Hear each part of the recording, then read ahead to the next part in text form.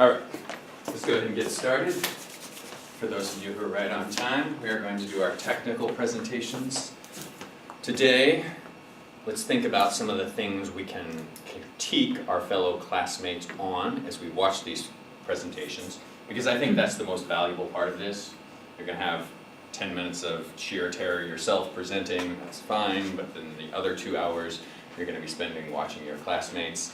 So I think the more you can think about using the techniques we've studied in class 1, 2, and 3, the better you'll be able to incorporate them in your presentation life going forward. So let's cast our mind back.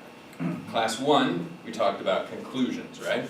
We talked about how to present conclusions verbally, non-verbally. We also talked about the aspect that you as smart MBA students are the people who are going to be presenting these valuable conclusions. You don't want to stand up here and just list data. Tell us the important thing and use verbal and nonverbal methods to indicate that that's important. What else? Class 2 or class 1 we talked about objective. Right? You want to have a purpose for standing up here rather than just reading us slides. You maybe want to inform us, persuade us, calm us, one of those types of things. Okay. Class 2, remember we did that body language stuff, eye contact, hand gestures.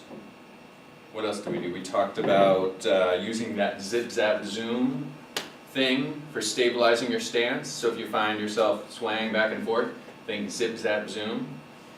In terms of relating to the slide material, you might think about zip, zap, zooming that stuff to the rest of the class. Eye contact, how long do we want eye contact for? Yeah, 5 to 10 seconds. Yeah. What else? Anything else for body language? I think it was touch, turn, talk. Yes, so we're on to class 3. We talked about presenting technical data, and if you find yourself looking back and forth to the slides, you might use the touch, turn, talk method, which is what, Venetia? For it. Touch, turn, talk suggests that you click to the next slide, turn your head, remind yourself what's on the next slide, turn your head back, and then talk. Do not do all 3 at the same time and end up head spinning back and forth. What else did we talk about? We talked about you maintaining presenter value. We don't want you to be competing with the slides. So you hopefully might have incorporated a couple of animation effects in your slides. You may also use the overture the slide method. Does anyone remember what that is?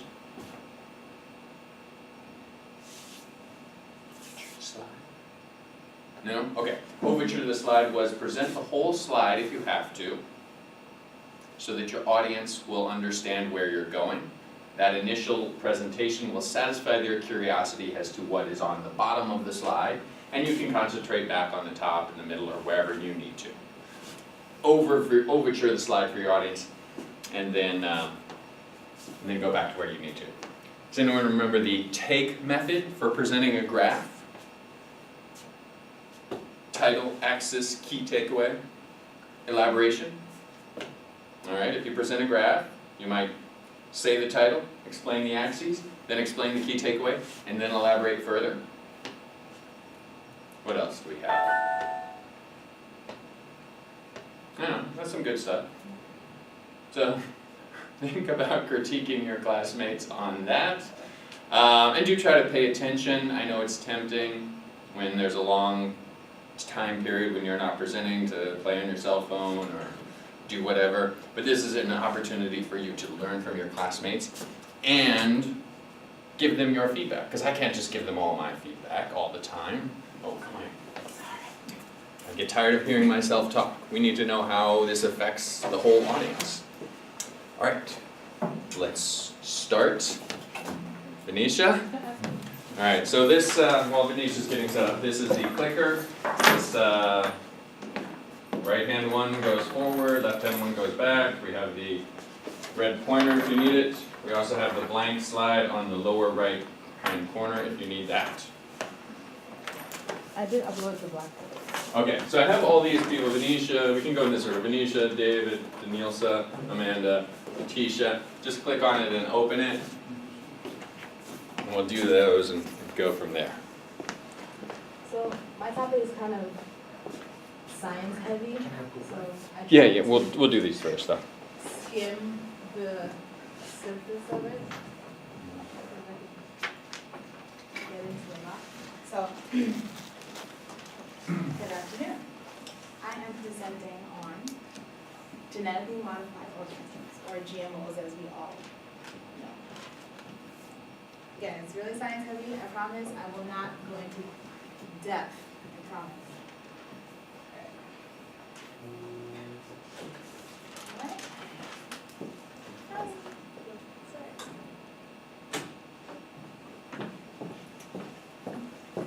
What are GMOs? Mankind has been manipulating food for thousands and thousands of years through selective breeding. You know, we have corn, or dogs, I should say, I'm sorry, from the gray wolf, and corn. But now currently we're dealing with the molecular level of DNA and how we change things from its before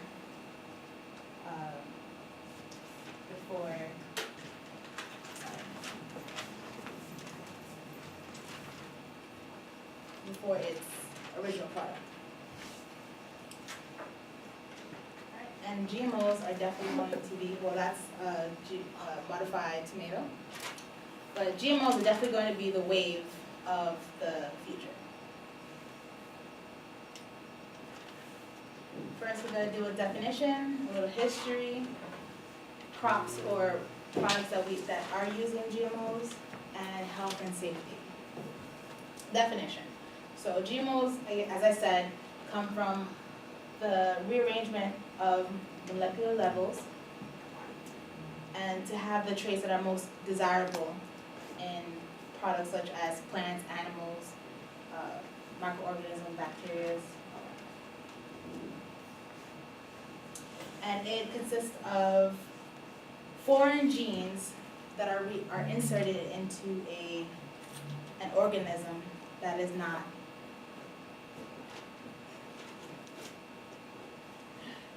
from its original source. A little bit of background. DNA has been around for a very long time, well, from the early 1900s, but we're going to start from 1970, which was the first type of antibiotic that was created. But we don't really go into crops until the 1980s, where tobacco was introduced into the mix. So in 1982, tobacco was the first genetically engineered plant, and it was inserted with a agrobacterium to fight off the diseases that is causing or prevents tumors. And then in the 1990s, we have a little bit more of the crops and the plants, and we have, the first tomato that's commercialized to sell in 1994, and then golden rice, which in 1995, it was introduced into the market. It was a type of rice that was introduced as a higher nutritional value with vitamin A. Alright. A little bit more history. In 2002, I'm sorry, I have that backwards. In 1995, we had the potato, and then in 2000, we had the golden rice. I'm so sorry. And beyond, to current present days, we have fish, the salmon. Everybody knows salmon, how salmon are really tiny and they've now grown 3 times its size. So that's where we are today. So we have the adoption of genetically engineered crops in the U.S. By percentage and by year. And you see how the main staples of the US has dramatically climbed from 1996. Almost 90% in soybeans, and in cotton we have 95%, I'm sorry, and corn is the same thing, and soy. So it just shows how over the span of 12 years, how much GMOs are used in our society, which is drastic compared to when we first started. Products, fruits and vegetables, papaya, anybody like papaya? Yeah, that is GMO approved. There was a threat with the ring spot virus. That's why they introduced the virus into the plant. That way the plant itself can fight the virus and survive, and that'll give a larger harvest in papayas. We have starches, as I said, corn and soy. They're very prominent in our society. They introduced herbicides to fight against weeds, the weed pesticides that we spray on our grass.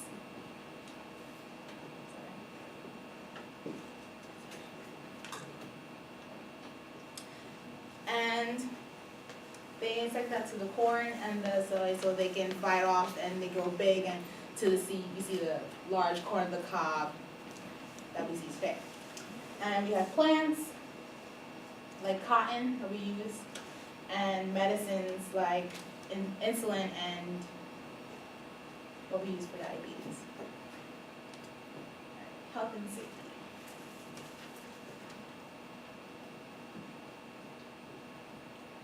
So, a lot of people think that GMOs are bad for you, and there has been many documents that have tested that otherwise. It's not 100% bad for you. There's no long-term effects that will, you will not grow another arm or a limb, I promise. But in the U.S., you have regulations of the techniques, and not necessarily the type of product, because depending on the technique that you use is whether it gets commercialized or put on the market. So we have 3 agencies that govern the regulations of the GMOs, which is the EPA, which is the Environmental Protection Agency, the FDA, the well-known U.S. Department of Food and Drug Administration, and also the USDA, which is the Department of Agriculture. We see that mostly on our meats, chickens, all that stuff. Okay. And all these work together to make the food consumer safe, and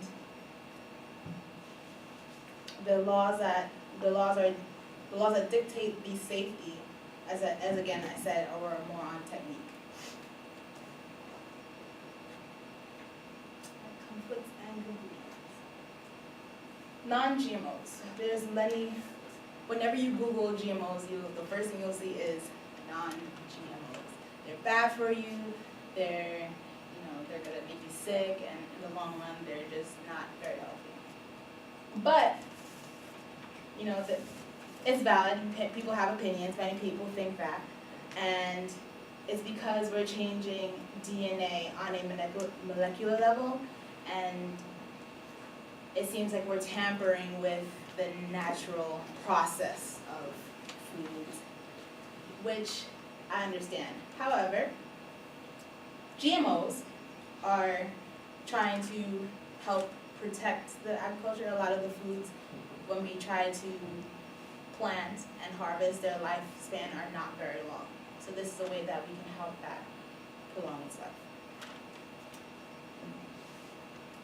So, in conclusion, GMOs are the wave of the future, and if you want to know any other information, please hit me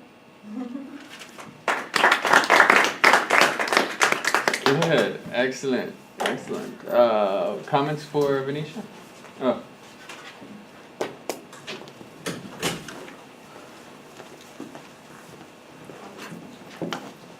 So she had some notes, some fairly dense notes it looked like. How did she handle using those notes to make her presentation? Was that an effective use of notes? I wish it was smaller, something that I could see.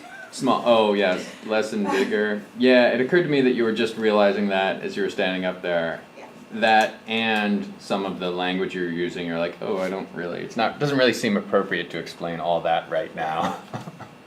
But I still think you did a good job relating to us. Didn't seem like you were reading at us. And even though I could tell you seemed a little flustered as you were going into it, you still seemed to have a great connection with us. Good use of notes, great tracker. Thank you for doing the tracker.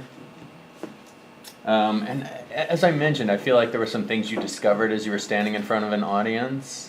Do you want to talk a little bit about that? I'll play psychologist for just a minute because I'm interested. Did you feel like you had too much? You had stuff in a different order? Did you feel like you wish you had rehearsed more? Or? I wish my notes were in a different order. Okay. When you put little like stars next to it, 1, 2, you can't really see that while you're standing up, especially when you're presenting a bunch of people. So I wish my notes were more organized.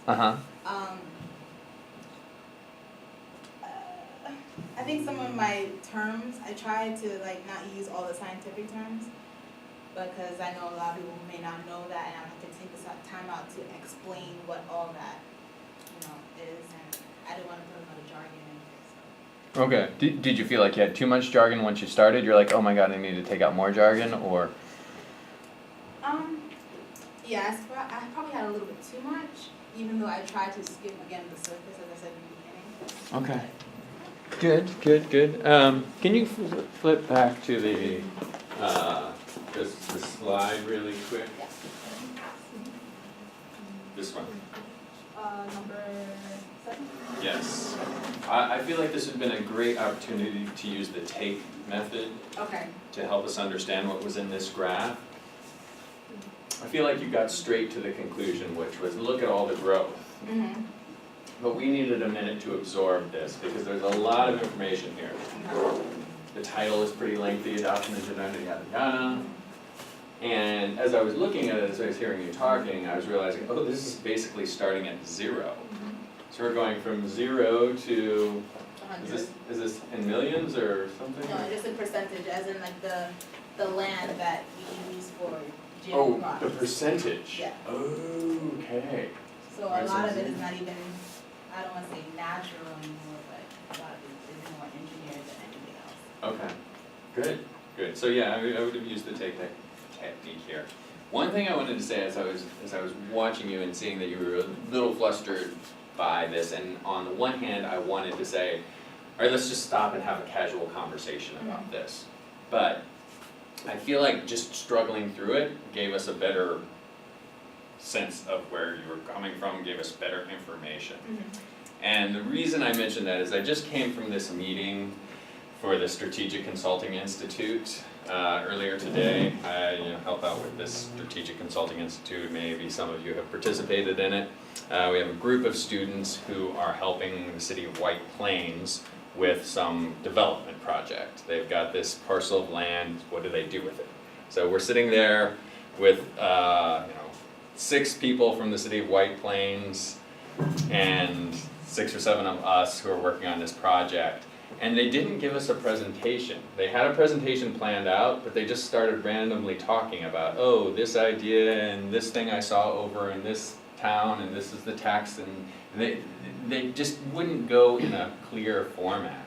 And I found it very frustrating. I just couldn't understand what they were trying to say. I couldn't understand what they wanted us to do. And I just thinking about how even though this presentation was a little choppy, just by the fact that you stuck with the format and said, let me give it to you in this format, I think was helpful. Okay, so anything else for Venetia? All right, so yeah, sounds good. Looks good.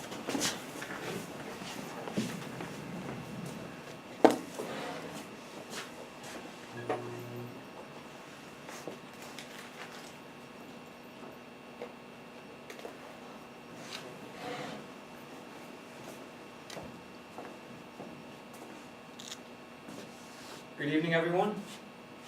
9 million people in New York City alone are able to flip a light switch and enjoy electric power from their local electric utility company.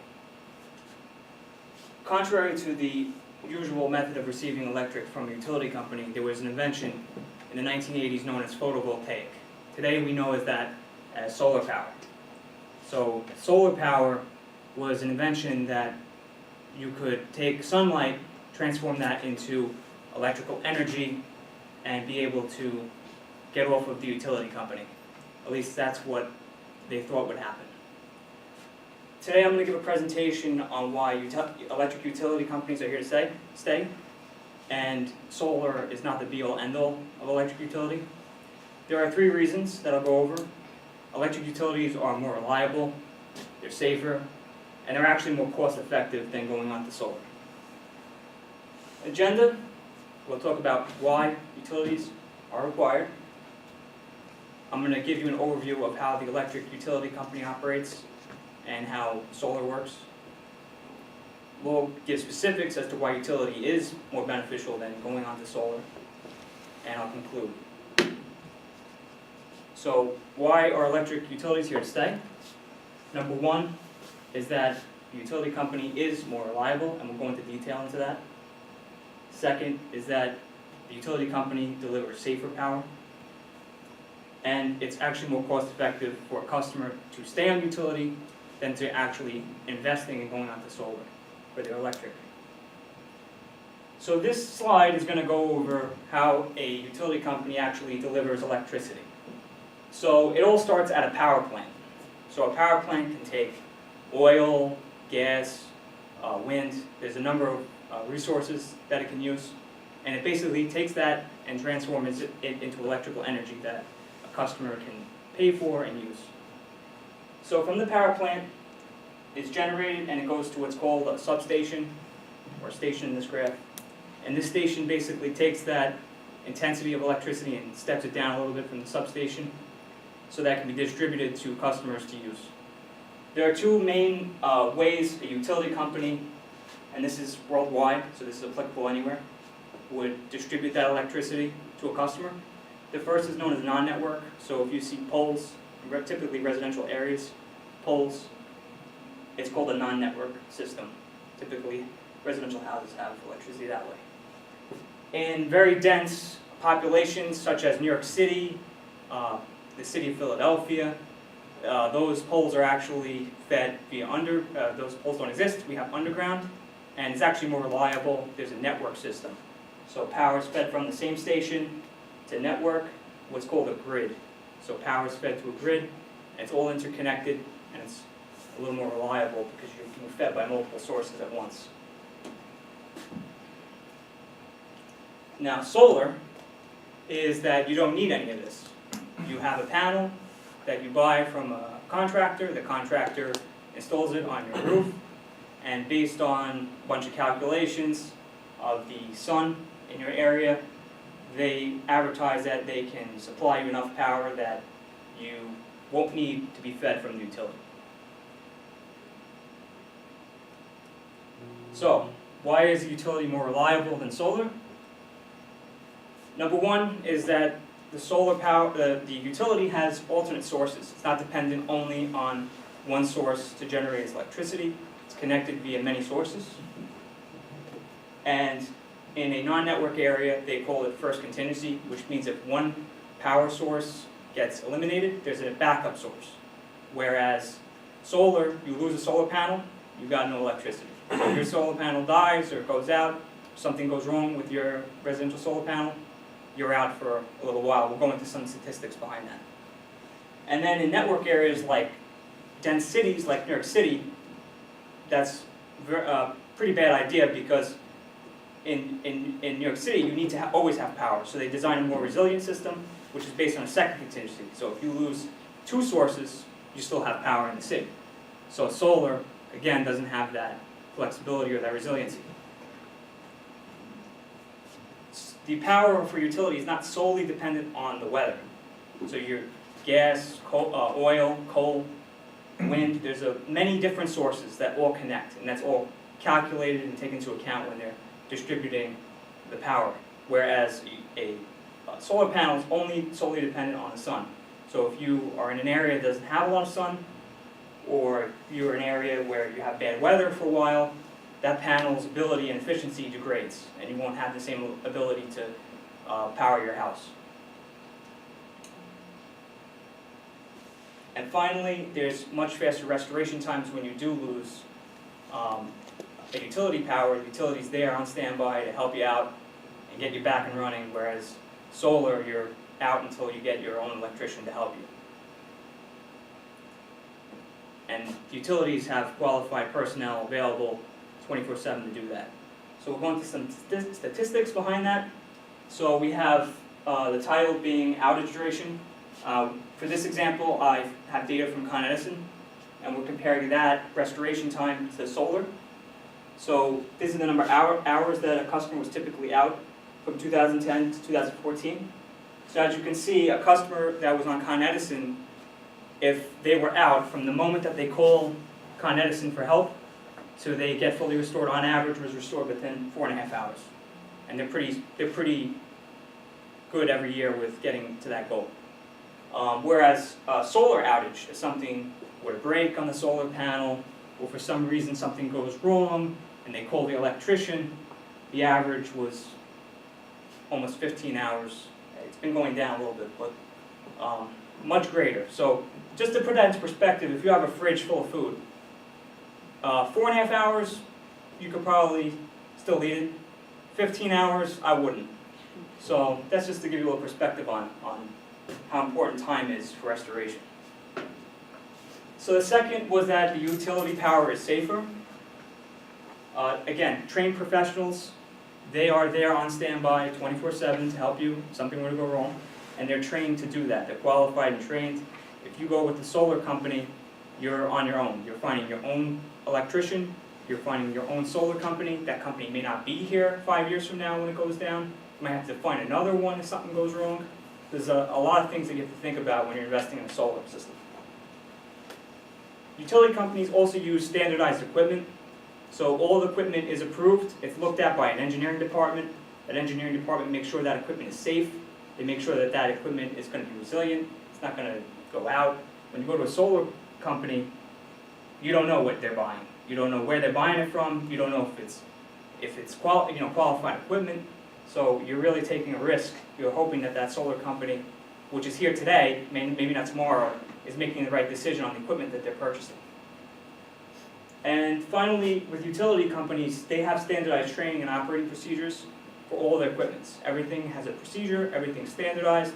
So you're making sure that these people, these qualified professionals, are operating the equipment the way it was intended to be operated. So this is a graph that shows the target towards safety that the utility has, and some statistics behind it.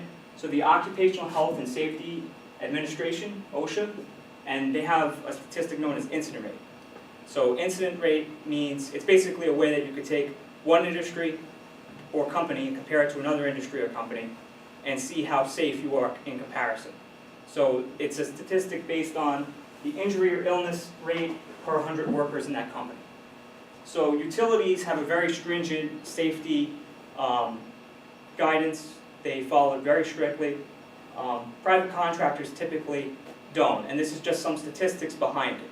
So you can see between the years of 2010 and 2014 that the utility companies as an industry, this is just an industry now, not just Con Edison, has a much lower incident rate than private contractors. And these are, as an industry, utilities. So some utilities that are much safer, some utilities that are not so good at safety, but on an average, they're much safer than the alternative, which is a private contractor. Putting this into perspective against all industries, we have private contractors up in the almost 4 range, and utilities over 2. And these are just various amount of utilities in comparison to each other. Utility companies are also more cost effective. So this is the most important for our customer, because they want to make sure that their dollar that they spend is going in the right place. So I've done an analysis here. We can see, is it actually indeed cheaper to go on solar? Because inherently you would think, if I'm not paying the utility for my power and I'm generating my own, it should be cheaper. I should not have a bill anymore. I should be saving money or making money because maybe I'm selling it back to the utility. So I'm going to show you how that's not the case, and it's actually more expensive to go with solar. So there's a concept known as net metering. And net metering means is that if you have a solar panel and you're still connected to the utility, and you were to produce the same amount that you receive, meaning you're basically net zero on your meter. Your meter can spin both ways, consumption and then pushing out into the system. So if your meter is zero, and you're not taking anything from the utility and you're not producing anything to the utility, you're still paying a bill for the utility company. And that's because the utility company applies a standby rate, which is for them to, if something were to go wrong and your solar panel dies and you still need power, you can still call the utility company. And they'll come, they'll hook you up, or it'll be already there. In most cases, they won't even have to call, and they're there for you, right? So you're paying for that regardless if you're net zero. So you're still paying a bill to the utility company. The second is that utilities, contrary to many belief, they actually don't profit from energy usage. So if you throw everything on, all your switches, you throw all your heaters on, you throw all your AC on in the summer, the utility doesn't make any more money than it would if you did. The utility buys on the energy market at the same rate that it sells to the customer. So the only profit that they're making is on the delivery charge, which is the standby rate, essentially. And that's due to its regulation with the Public Service Commission. The other thing to consider is that there's no upfront cost to utility. You're not paying any capital dollars for investing in infrastructure with the utility. You're just paying every month, a monthly bill. With solar, you have to pay everything up front to the contractor. You've got to pay for your panel, you've got to pay for the installation fees, any sort of maintenance associated with that, and then you're still paying a utility bill at the end anyway. So we're going to look into that in a little bit.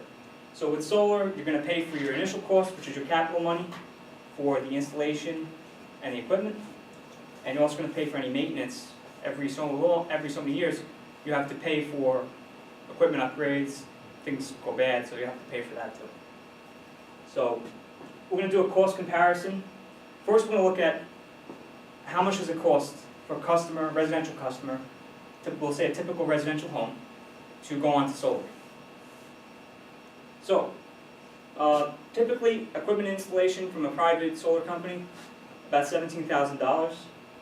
There are tax incentives that they are giving, and some of them are very attractive. You got federal and state taxes. Say you save $6,000 on that, so you get about $11,000. Every 12 years, there's a device called an inverter, which every 12 years it's rated to only last 12 years. So it will likely die in 12 years. So for this analysis, I did a 25-year cost comparison, how much you save on getting solar versus paying for utility. So we'll go with 25 years because 25 years is the reason for this analysis because that's how long the panel is rated to last. So every 25 years, the panel is going to die, essentially. That's how long they expect it to. Another thing to consider is that the panel degrades over time. So what it's generating today as a new panel, over time it won't generate it be as efficient. That's another thing you got to consider when you're going with solar. So about $14,000 for 25 years.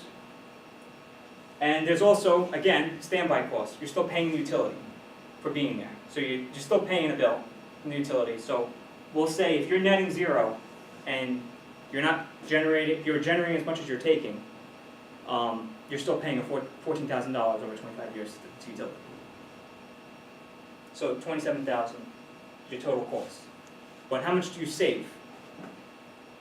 Okay, so this graph is the cost comparison of solar and utility. So here you have the spent cost in US dollars and over a 25-year period. So the red line here is how much you're paying for solar, and this is how much you're going to be saving with solar, assuming you are netting zero and paying, saving $84 a month on your energy usage. So every month you're saving $84, how much are you going to save over a 25-year span? So basically, you would have to have this line cross the red axis to have made money or netted zero on your investment, which it clearly doesn't. So just to take you through it, year zero, you're paying 11 grand for the panel and installation. You're still paying that fee for this analysis, about $40 a month for the standby fee. And then on year 12, you've got to pay for the inverter, which will die. So that's going to be about $1,400. And then again, you're paying the utility company still, another $1,400 for that inverter.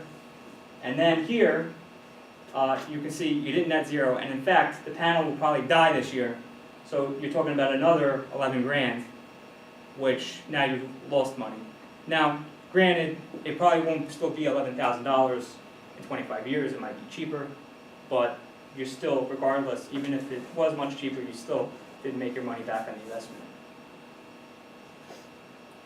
So in conclusion, the utility company is more reliable, it's safer, and it's more cost effective than the alternative, which is going on to a solar system and trying to generate your own power.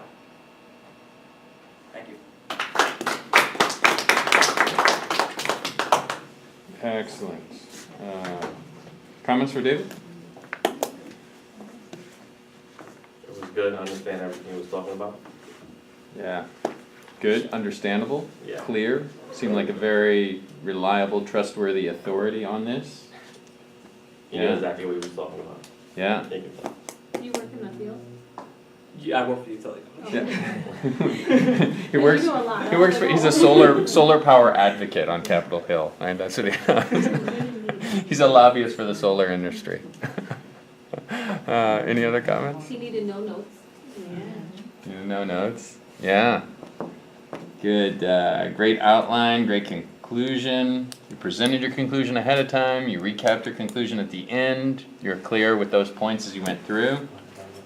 The one thing, the agenda, you gave us a great conclusion, and then you had an agenda which was just a little bit different, which threw me off a little bit. But honestly, the reason it didn't throw me off that much is because you were so clear with your conclusion at the beginning. I thought, oh, agenda, you're just going to do some other stuff, but it was close. It could have thrown us off though. Great physicality, great position to the left of the screen. You seemed stable. There's a little bit of movement, and that's fine, just to keep a casual feel. Do you feel like you benefited from the Zip Zap Zoom exercises in establishing that great body position? All right. Yeah. Thank you, even if it's not true. I appreciate you. Any other comments for David?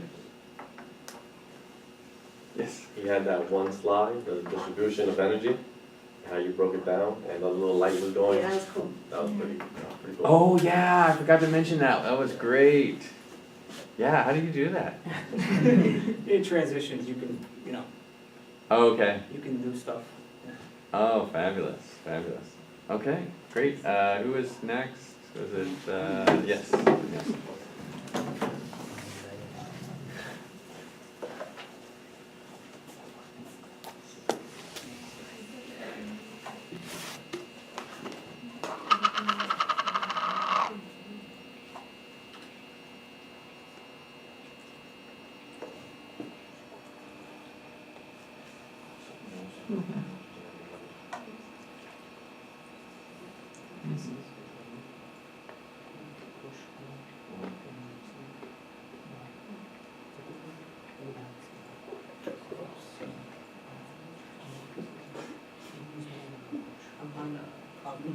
Oh, there we go.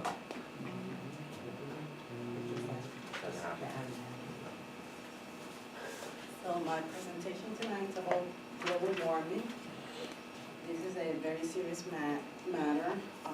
We all should be concerned about this, and we all should try to do something about it. What is global warming? Is that gradual heating of Earth surface, oceans, and atmosphere. What causes global warming? Carbon dioxide. The CO2 acts as a blanket, trapping heat and warming the planet.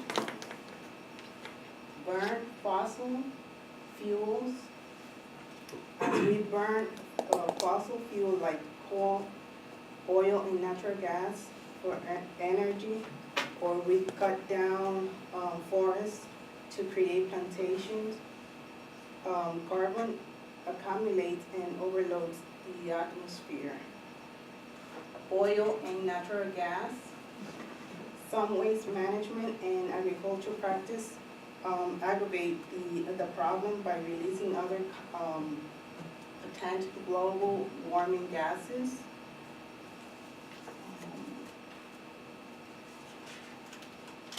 The effect on business. I picked 3 sectors as an example. Agriculture. For agriculture, it increased the global temperature. The farmers are forced to invest in new areas where the climate has warmed enough to make agriculture viable, and may have to leave the area that has become too hot or too dry or too wet. The other sector is health, the health sector. The climate could bring a change in our general health, the quality and type of food we eat, the water we drink, and that's it. And the last one, the tourism sector, are affected by the global warming for many reasons. People are going more green nowadays, choosing eco tours and eco hotels to minimize the carbon footprint as they travel. They also, the increase in bad weather events like landslides,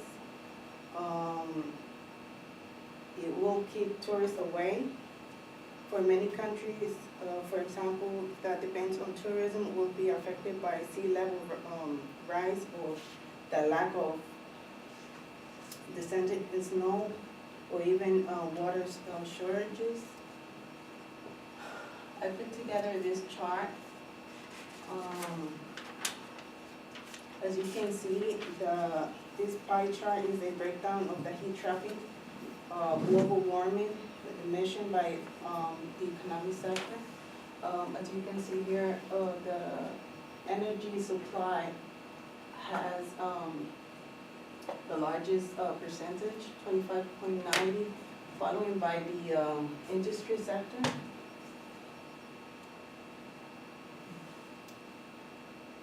The earth is getting hotter. It keeps increasing. The anomaly on the temperature. Sorry.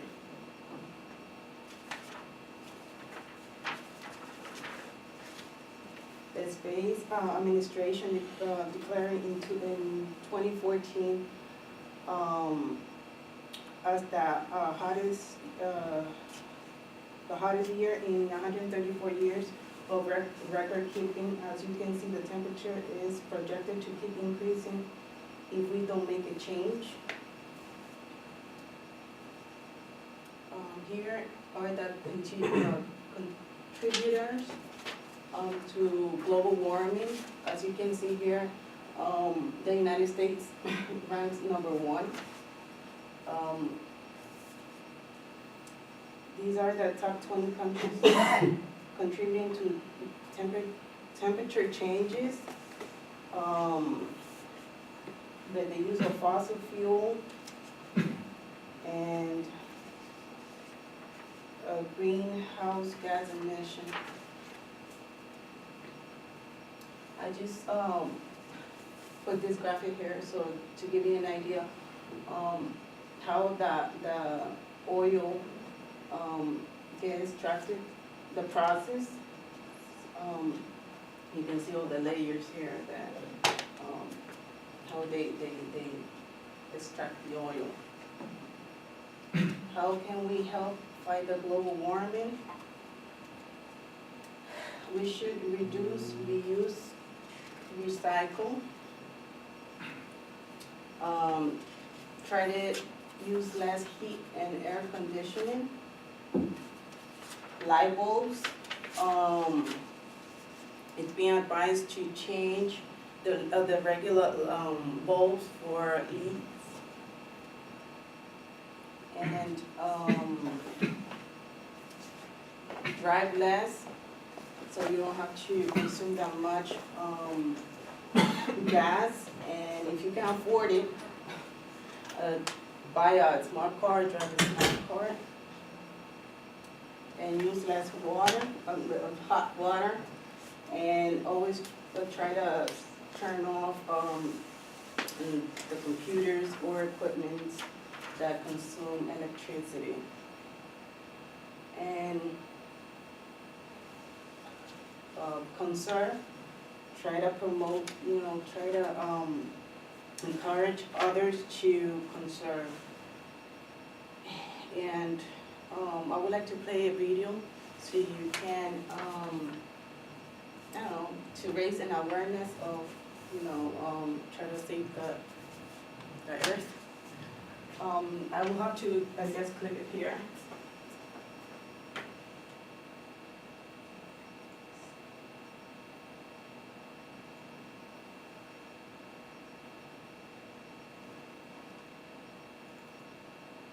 Sorry, I haven't done this before.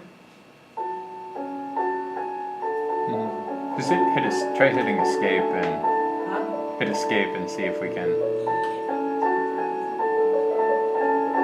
Yeah, there. Yeah. Then I'll expand, I'll make it bigger. There we go.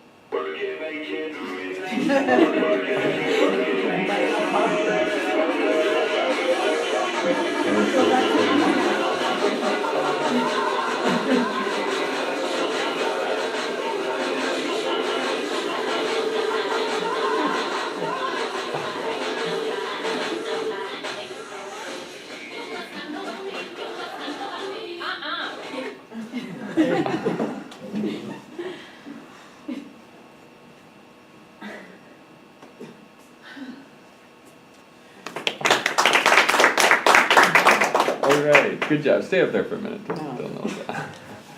Comments for Danilsa? That video was sad. Yeah, the video was sad. I was trying to get your attention to flip off the lights because it was a Oh. little hard to see. All right. So I was trying to decide if I wanted to stop you in the middle of it and try to get rid of your notes because I feel like they hurt you more than they helped you. We want to hear from you. We want you to look in our eyes and tell us something important and meaningful to you based on your expertise about global warming. And I feel like you had all of that. I noticed that not only were you reading the slides, you were reading the notes. It's like, and I wondered like how much was on the slides and the notes. So, do you remember the turn, touch, talk technique that we talked about last time, and maybe I think we mentioned it earlier in class today?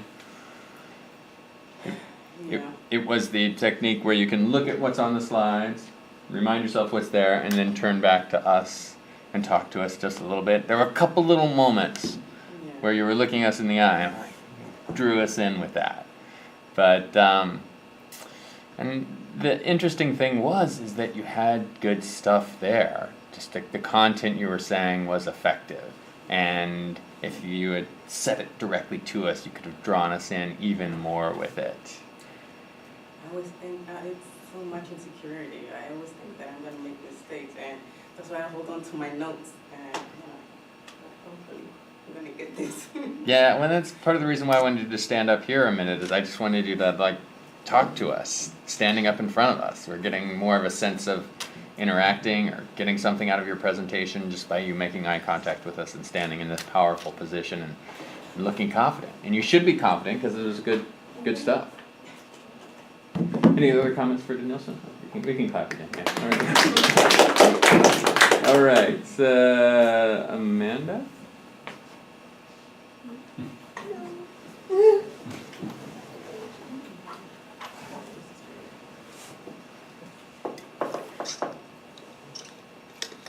Can I get it for my thing, because I spelled something wrong and I don't wanna. It doesn't. If you want to, you can wait. You want to wait? I mean, no, I already put it on there, so I have it with me. No, you can put it on now, but if you can wait until later and do it. Okay, So you did, Letitia? am I gonna lose points? No, you won't lose points for it.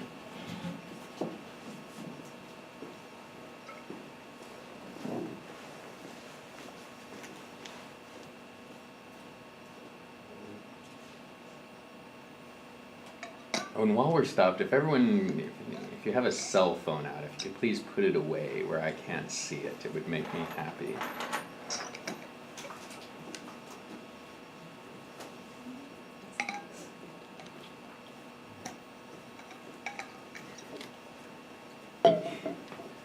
Good evening, everyone.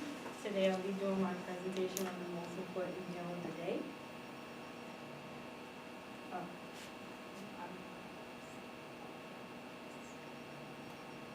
So I want to ask everyone the question, what to you is the most important meal of the day?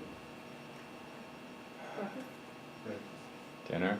I mean, we don't have to go on exactly what we think, but what to you is the most Or important? dinner? Lunch. Lunch. Coffee. So I say breakfast is the most important meal of the day. Preferably a healthy breakfast, not one that's saturated in fat, bacon, sausages. Choose the parfait or egg.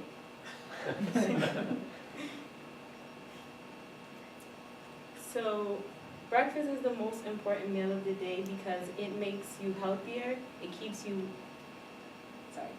leaner, and it's an energizer. Robert A. Hyman says that in Wilson's scale of evaluations, breakfast rated just after life itself and ahead of the chance of immortality. Breakfast is so important that it's in between life and death. So if you want to live long, eat breakfast. Breakfast keeps you healthy because you consume more nutrients. Breakfast has the most healthiest choices. So if you, during lunch, you'll eat a little more less healthy, and then dinner is way more less healthier choices. A study found that people who skipped breakfast compensated later in the day with more refined carbohydrates and fats and ate fewer fruits and vegetables. You'll also eat less sugary snacks. When you eat breakfast, your body feels nourished and satisfied, making you less likely to crave sugar. So breakfast helps balance your blood sugar, which makes you crave snacks less and sugars. And you consume less throughout the day. You're more likely to choose healthier choices throughout the day. So I tried doing this experiment yesterday. I didn't eat breakfast, and today I ate breakfast. Yesterday, after work, I went to the supermarket and bought a whole bunch of sugary snacks, and when I got home, I ate all of them. Today I ate breakfast, and I ate lunch later, and I'm not even hungry right now. So for dinner, I'll probably have something, probably a smoothie or something. And this is the comparison of meals that I'm saying. So this is a percentage, and the y-axis is meals. So if breakfast is 100% healthy, lunch is 7.4 less healthier, which we put it at 92.3%. Dinner is 15.9% less healthier than breakfast, and snacks are 16.3 less healthy. So overall, you'll choose less healthier foods during those times. You're more likely to choose a healthy breakfast. And this graph shows that skipping breakfast makes you eat more throughout the day. The y-axis shows the percentage, and the x-axis shows the percentage, and the y-axis shows the time. People who eat breakfast are 12.3% healthier throughout the day than those who don't.